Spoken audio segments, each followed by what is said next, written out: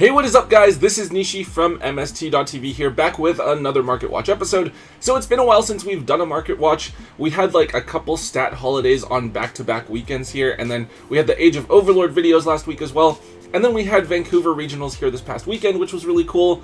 I did get my invite and took like 14th place. I was playing Unchained, probably not going to do a deck profile because I feel like 90% of every Unchained list is basically the same, and the deck's going to change for Age of Overlord anyways. I actually did manage to start off the tournament 5-0, but I dropped the last two rounds both against Pearly, partially because I made a mistake submitting my deck list, and I forgot to put Fiendish Rhino Warrior on my list for some reason. One of them I died to the OTK. The other opponent, both games, my opponent set up like a Noir with 8 materials, and I didn't see Thrust or Herald of the Abyss, so that kind of sucks. Other than that, though, I played against like Flu, Makonko, Rescue Ace, Sprite, and then Tearlaments. My tier opponent actually could have forced a draw. He happened to mill a scatter shot off of one of the mill 5s, and then shuffled it back into his deck, but he forgot that Beatrice can send any card, so I got to use the DDD cards to win in time. But yeah, pretty fun event. But that is not what you guys are here for. Today we are going over several cards that are currently trending upwards because they are looking like really strong meta cards going into this upcoming Age of Overlord format. So let's just get started. Alright, so first up we have Spellbound. Now this is a tech card that players are looking at using in the current format. It's a quick play spell card that stops all face-up monsters your opponent currently controls from being used as extra deck material or from being tributed at all. So the problem with this card before was that it only hits cards that are face-up currently. So it was kind of like a pseudo D-barrier, but then they could just summon something else and use that as a material. It didn't floodgate them for the entire turn, so the card felt really underwhelming. Now, however, it turns out that the card actually has several implications against cards in the current format that make it a pretty decent tech. Against Pearly, you can chain this to the trap card to basically force it to not resolve. Against Unchained, this card stops Soul of Rage, Anguish, and Disaster. Against Flu, they can't tribute summon for Empen, Avian, or Mega Ryza. And then against Chimera, they can't make Guardian Chimera, and you force them to potentially make an awkward fusion play with cards from their hand. Now those are 4 really strong decks this format, and the fact that this is a quick play spell card makes it even better.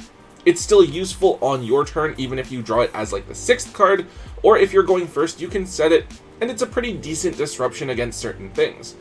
I don't know if it's really that great, or if it's only good in theory, but it seems like a cool tech. Anyways, of course, this card did get a reprint in the tins this year as an ultra rare. Those are pretty cheap, they're like under $1 each, but of course players are flocking to the original secret rares from Darkwing Blast, which are now up to $10 each. With Age of Overlord coming and introducing several solid new strategies to the format later this month, I actually think that Spellbound is pretty likely to fall off. It doesn't seem that great against either Horus or Rescue Ace Diabellstar. If you have secret rare copies, I personally would offload them while they are worth a decent bit of money, since I am expecting them to fall down in price, and just grab a set of ultras for yourself to use so that you can play them if you do really need to. Up next we have Dark Corridor. Now this is a card from Duelist Nexus that was supposed to be a really big boost to the Dark World strategy, allowing you to search for a Dark World monster from your deck and then discard a card. Now, I remember when I played Dark World, back when the first structure deck came out, I thought this card would just never be printed because it would have been so broken.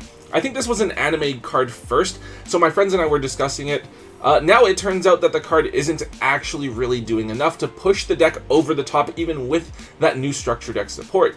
However, now with Age of Overlord, we have a couple of new cards that aren't necessarily Dark World cards, but they could be really good in the Dark World deck. Ken and Gen, 2 new TCG exclusive cards, are a pair of cards that let you summon each other to the opponent's field. Now effectively, one, when you put it onto your opponent's field, forces your opponent to discard a card to the controller, while the other one allows you, the player who summoned it to your opponent's field, to draw 2 cards and then discard 1. Now since this puts the monster to your opponent's board, this could actually trigger the additional discard effects of Dark World monsters, making Silva looping your opponent's hand even easier.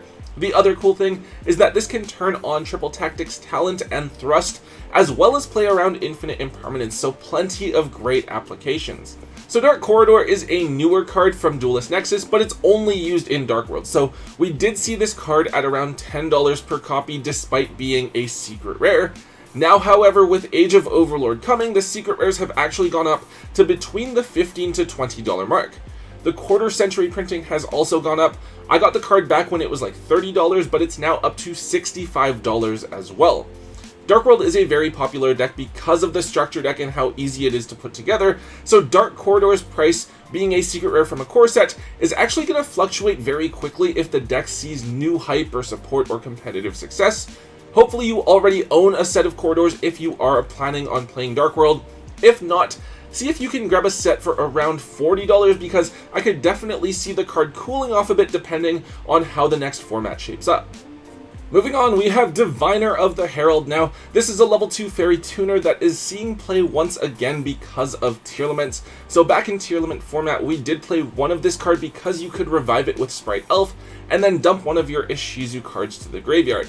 Now, it's basically the same thing now, but without Elf. You want to get a yugioh or Kelbeck into the graveyard since you need to mill a bunch of cards to really get your engine going. So I believe that most builds are running 2 copies of Diviner. Tearlaments, of course, have gotten quite popular with the banning of Arise Heart. It seems like the deck does take top spots at regionals and such fairly consistently, Tearlaments now being a fan favorite deck since they're not nearly as strong as they used to be. Now with Diviner, this card has 2 secret rare printings from Lightning Overdrive and then the Mega Tin reprints from last year. Last year's Tin reprint originally drove this card's price down a ton.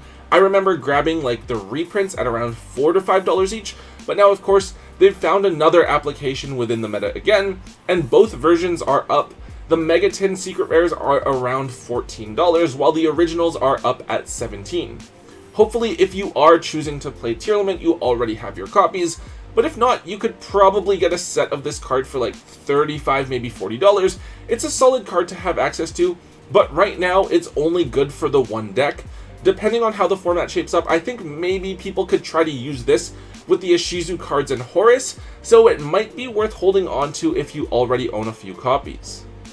Alright, next up it is Vicious Astral Out. Now this is a pretty cool fusion monster. You don't actually really fuse it, you just summon it from the extra deck by banishing a Visa Starfrost, and then a monster with 1500 attack points and 2100 defense points from your graveyard. Now on summon, it destroys another monster on the field and gains attack points equal to half of that monster's original attack or defense, whichever is higher, and also this card cannot be destroyed by battle. So it's a really big body that can help to push for game. This is a very useful card in Manadium. Now on one hand, yes, it can be a free card to disrupt boards and push for damage, but they actually use this card alongside Cross Sheep as well.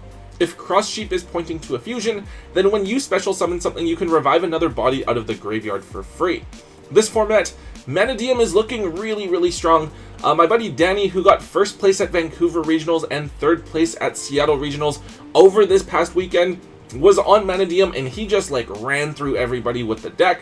I believe that Astral Out is a card that most players are running 2 copies of. Now with the popularity of Manadium, Astral Out is trending upwards in price. This card was around $10 to $12 for a while, but over the last few weeks the card has moved up and now sits at $17 per copy.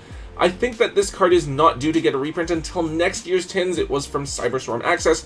I'm wondering just how high Astral Out can actually go, especially if the deck continues to perform well. Of course, at the same time, we do have to consider the possibility of the deck being hit in some way if it is going to continue to perform really well.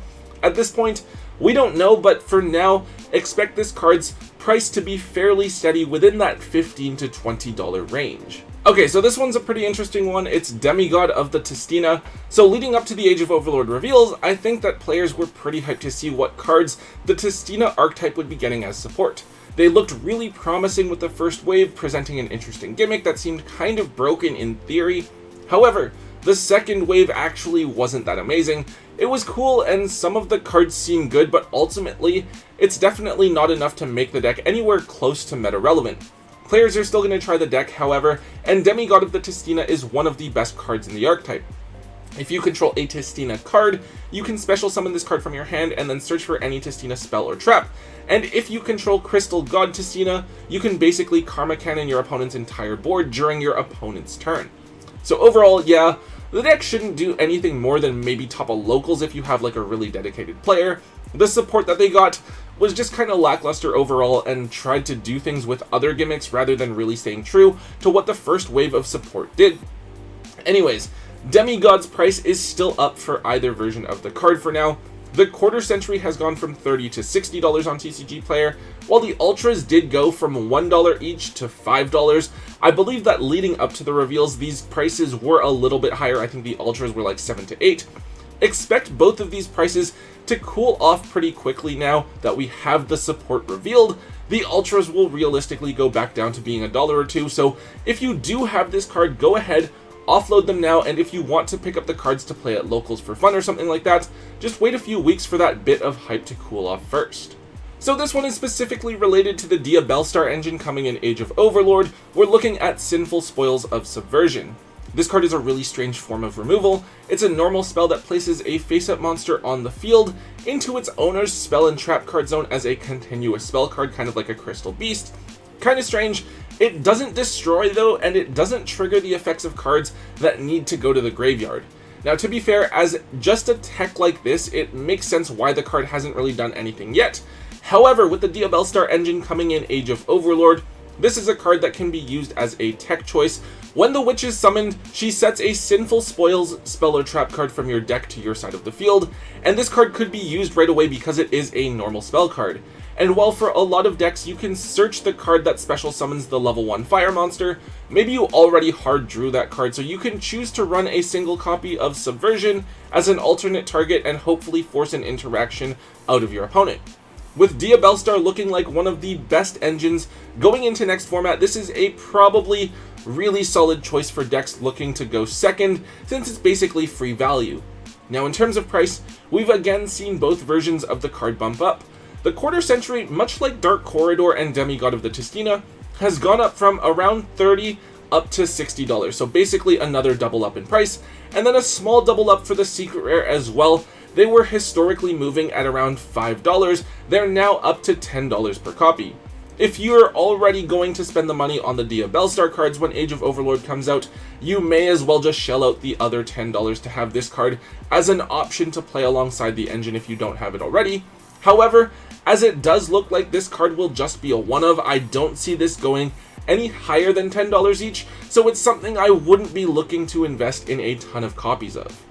And for our final card today, we're looking at Gizmek Uka, the Festive Fox of Fundi. This is one of the Gizmek cards, which I guess was supposed to be an archetype, but never really felt like it. They all just seemed like decent standalone cards. Gizmek Uka is a tech card that some players are using for the Rescue Ace mirror match in the OCG, so it's typically a side deck card. When your opponent summons a monster from the main deck, you can special summon this card from your hand, and then on summon, you target an opponent's monster, and you get to special summon a monster from your own deck with the same attribute as your opponent's monster, but that has attack and defense stats that are equal. Now before, this card was a side deck option against Halki Fibrax, because when Halki Fibrax would summon out a monster, you'd target the Hulk, and since Hulk is a water, you could special summon out a Barrier Statue of the Torrent and kind of freeze your opponent there. Generally now, you're going to be looking at fetching Rescue Ace Hydrant in the Rescue Ace mirror match. Rescue Ace Hydrant is a 0/0. It's a really good card because of course you want to search Hydrant in Rescue Ace. It searches for another Rescue Ace monster in turn, and it also buffs all of your Rescue Ace spells and traps. On top of this, Gizmek Uka burns your opponent each time they normal or special summon a monster while it's face up on the field, so actually, you could drop this on them in time and put your opponent in a fairly tough spot. Anyways, Uka is a pretty low-key card still for right now, not seeing too much attention. Fortunately, this card randomly got a common printing in the Obelisk structure deck, so the card is very, very accessible for under $1. However, if you want the original Secret Rare printing, which does look very, very nice, those are around $5 to $6 each. If Rescue Ace Diabellstar really does take over the format, expect this card to go up in price as more players need to explore additional options for the mirror. I could see this card eventually going up to between $10 to $15 if Rescue Ace Diabellstar is a very dominant strategy next format.